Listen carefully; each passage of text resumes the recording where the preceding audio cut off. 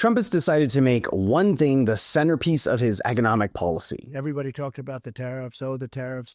If you want to be informed when reading the debates around tariffs, and if you want to speak authoritatively, then there's one thing you need to understand. And it's something that I have spent nearly a decade teaching to thousands of business school students. It will help you understand the objectives of trade policy, identify when we've had major shifts in that policy, and detect when politicians don't know what they're talking about. And that one thing is understanding the history of trade policy in the United States. And the crazy thing is it only requires you to understand 3 words and 2 events. And you can describe the entire history. And if you don't think that understanding the history is important to our discussions around trade policy, look at how Trump announced his 2018 tariff policy. You know, tariffs ended in 1913. See how he's drawing on the history of trade policy to talk about what he's doing right now? But not everything he says in this account is going to be true. It's kind of more like tariff history Trump's version. And that kind of inspired me to make this a little bit more fun to listen to. You know, tariffs ended in 1913, and they then went to a different system in 1918, totally unrelated. And then in 1928, you had the Great Depression for a lot of different reasons. Not necessarily our country's fault, but a little bit our country's fault. And then in the 1930s, they said, we better start charging some tariffs. We need money to come into our country again.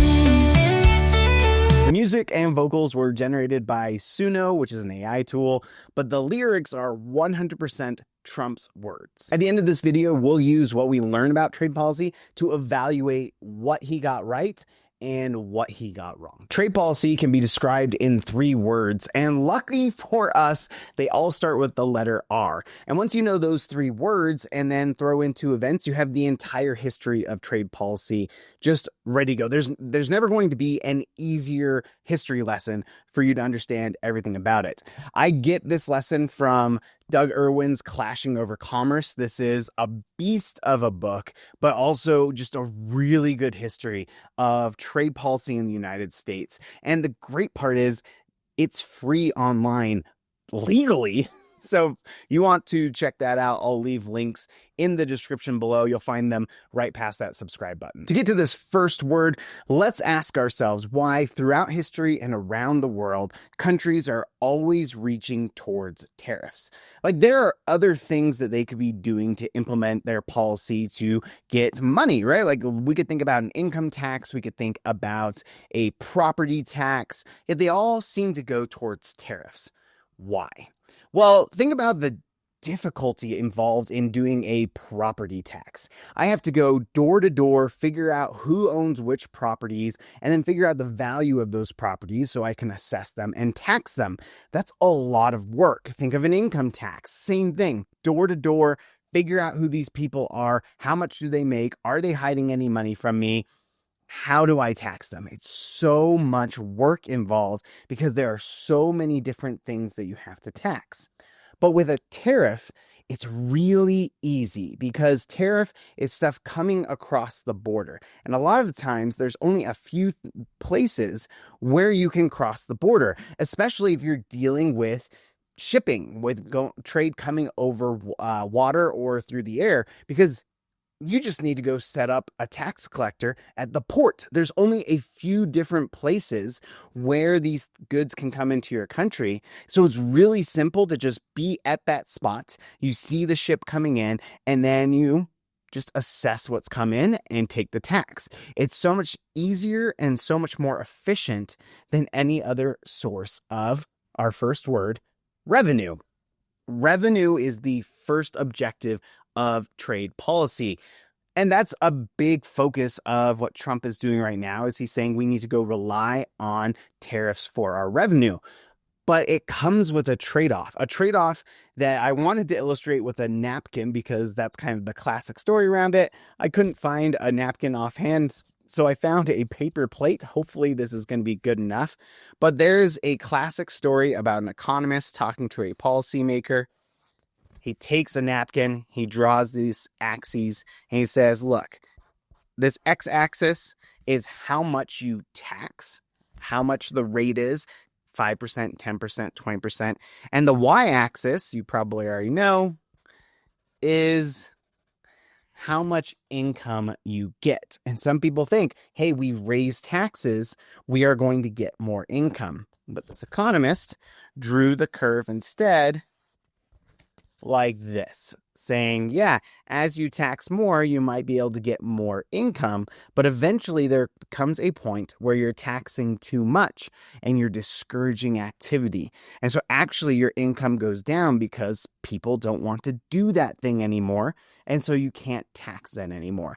And the way he describes the story, I don't know if it's him or what happens, he said that he drew an arrow over to this other side and said, you are here, right? Like your taxes are too high. What you need to do is bring them in. And this is one of the problems when we focus on tariffs as tax revenue. That if we try to bring in more and more revenue through higher and higher tariffs, what it eventually does is discourage that trade from happening at all. And so we lose revenue. And so that's one of the scary things that can happen as we raise tariffs. But that actually leads to the second objective of tariffs. It's something that I like to call the Simba problem. In The Lion King, the story starts off when Scar decides to emotionally scar all the children watching that movie and kills Mufasa. Mufasa is dead, Simba is next to him, and Simba is the only heir left to the throne. Now, Simba needs to die too, and Scar orders that death. Strangely, Scar doesn't just kill him himself. He didn't have problems killing Mufasa right there. But the idea is, hey, let's kill this competition, and then I am going to be the king. But Simba escapes the hyenas, and he's able to go off with Timon and Pumbaa. And the thing that helps out is this little infant that would have just been had relying on the mercy of Scar to survive this experience, because Scar definitely could have killed a little lion cub, has the opportunity to grow up protected by this environment of Timon and Pumbaa just teaching him the Hakuna Matata lifestyle. And he's able to grow up and become a large lion who can actually go out and compete with Scar. This is what a lot of people hope that tariffs can do for our economy, and that is protect our industries by restricting what can come into our country.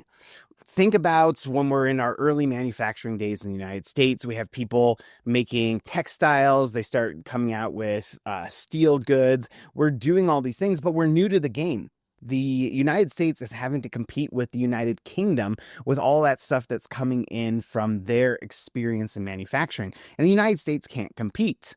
But if we can tax things high enough, yes, we'll lose some revenue. But the reason why we're losing revenue is because people don't want to buy that stuff anymore because it's being taxed so high. Instead of buying that stuff, they'll buy the stuff in the United States. So you restrict what comes into the United States by increasing taxes. And that then leads this infant industry, the little Simba, to grow up to be a competitor. And there are theoretical justifications for this. But there's the other problem that arises. It's the Simba problem, right? So far, nothing has indicated that this is a problem. Well, the Simba problem is that Simba is just being lazy. He is just lounging around, not even really being that competitive, while on the other hand, the economy of Pride Rock is being devastated by the fact that there's no competition. And when Simba first confronts Scar, he is in a really bad situation. It's not until he has that competition that he decides to become more effective and more productive. So there are some cases where you can use tariffs to encourage industry within your country, but it also leads to really bad incentives and leads to companies being less effective. The third word that we need to know comes from the idea of creating a new world order. which sounds like a pretty audacious goal for a simple tax. But if you think about the history of the world, it's always been empires competing against each other. I want this territory, I want these resources, and we just fight each other because these resources are scarce and we're trying to dominate one another, right? We see the source of wealth as owning resources and controlling more territory. But when we start evolving our geopolitics and realize that there is a better way that we can achieve prosperity, it leads us to reassess what we do with tariffs. Now, we as economists have come to understand that the world is not zero sum. This idea of empires clashing over resources is a zero sum idea. What you gain, I lose. But we've had this shift towards this global economy that says, hey, if we could all just cooperate, we would not have to waste resources on fighting each other.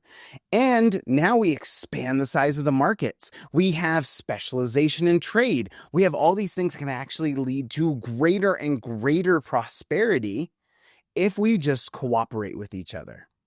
And so the third R of trade policy is reciprocity. This is the idea of I will treat you well if you treat me well. This is behind the idea of creating treaties and trade organizations that lower tariffs across countries and create greater prosperity, intertwining our economies so that way we're relying on each other more and have a skin in whether we have peace and prosperity in the world. So the 3 R's of trade are revenue, restriction, and reciprocity. And those 3 R's are the main objectives that policymakers have in mind when they're deciding on what tariffs we should put in place. It also chronologically documents the history of trade policy in the United States. We started off with the goal of revenue, then we moved to the goal of restriction, and we ended in the goal of reciprocity. But what were the key events that caused us to switch from one R to the next? Well, the first shift has to come from either motivation or a switch in political power that makes restriction, this protection, a stronger motive than revenue. We need an event where we had people such as in the manufacturing sector, they gain greater political power against people who wouldn't have wanted restriction and protection, who are more invested in free trade with the rest of the world, such as people who are engaged in agriculture. And that event happens to be the Civil War.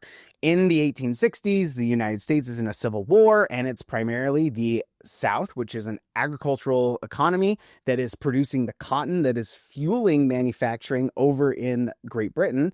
And then you have the North, which is more of a manufacturing, industrialized economy, and they are having to compete with those people across the sea. And so when the North wins and gains greater political power, they shift tariff policy towards restriction, raising tariffs, making sure that we don't have goods coming in that can compete with them. That lasts for a while, but then we do have another shift from restriction to reciprocity. And so what triggers that? Well, that trigger must be something that leads us to believe that the world is better off if we all cooperate rather than trying to stop trade and protect certain industries. That trigger comes with the Great Depression. Just before the Great Depression, we are in this regime of restriction where we are raising tariffs to make sure that we protect industries within the United States. And in 1928, we start going towards the biggest shift in that direction, where we are discussing how we can have higher tariffs and protect more industries. Well, during that discussion, and as we pass those tariffs, the Hawley-Smoot tariffs or Smoot-Hawley, whichever direction you like it, the Great Depression begins. We have a stock market crash, bank failures, and people start to see all of these bad things happening right after we passed one of the largest increases in tariffs in history. And so people start to wonder, are tariffs actually good for the economy? And so they create this authority to let the president negotiate treaties with other countries on tariffs and lower tariffs. And this movement towards lower tariffs and free trade begins. And we enter the age of reciprocity. So there you go. 3 words, 2 events, And we know the history of trade policy. Now, let's go back to Trump's words, and we'll actually use Trump's words, not have that nice pop song coming along. And let's evaluate his history with what we know is the actual history of trade policy. Everybody talked about the tariffs. Oh, the tariffs. You know, tariffs ended in 1913. So in 1913, let's think where we are in our 3 R's. We are square in the middle because this is before the Great Depression. So we must be in a regime of restriction where we want higher tariffs. So for Trump to come out and say in 1913 tariffs ended, this should already be raising a red flag. But to Trump's credit, there is at least some charitable interpretation of what he said. In 1913, we did lower tariffs and we introduced the income tax. We did not get rid of tariffs. Tariffs did not end, but we did reduce tariffs and start to get our revenue from another source.